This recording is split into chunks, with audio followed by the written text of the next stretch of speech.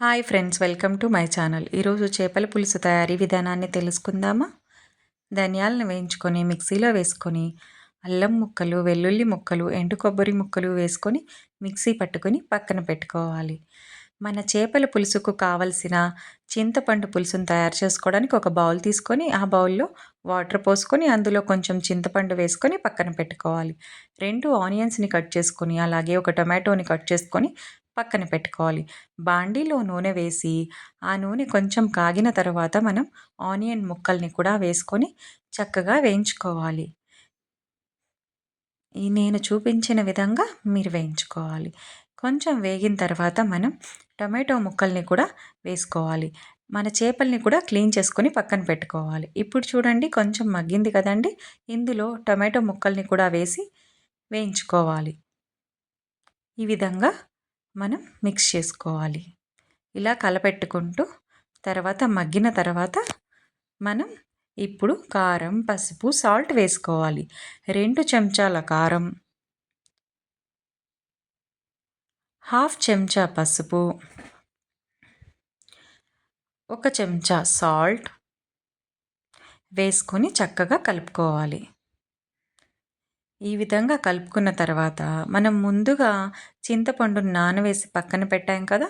దాన్ని కూడా చక్కగా మిక్స్ చేసుకొని, ఆ వాటర్‌ని తీసి పక్కన పెట్టుకొని, ఆ వాటర్‌ని మనం ఈ చేపల పులుసుకి ప్రిపేర్ చేసుకున్నాం కదా! అందులో పోసుకోవాలి.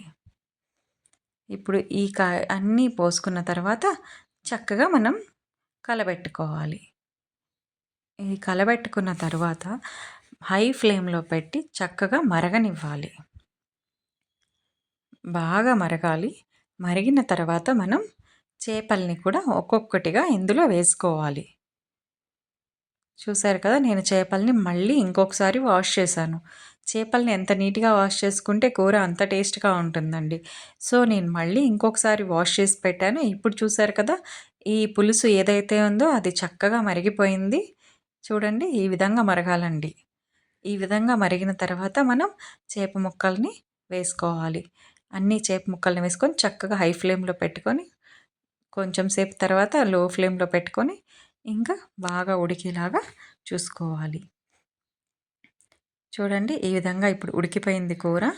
సో, నేను మసాలా ఫస్ట్ ప్రిపేర్ చేసుకున్నాం కదండీ! ఆ మసాలాని కూడా ఇందులో వేసుకొని చక్కగా, ఎప్పుడు గరిటె పెట్టకూడదండి. చేత్తోనే తిప్పుకోవాలి ఆ బాండీని. చూడండి, నేను చూపిస్తున్నాను.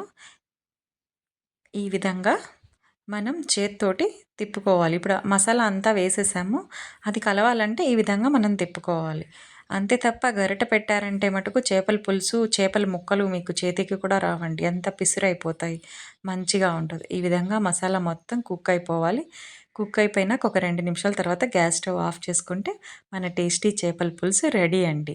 చాలా టేస్టీగా ఉంది. నాకైతే నచ్చింది. మా పిల్లలు కూడా చాలా ఇష్టంగా తిన్నారు.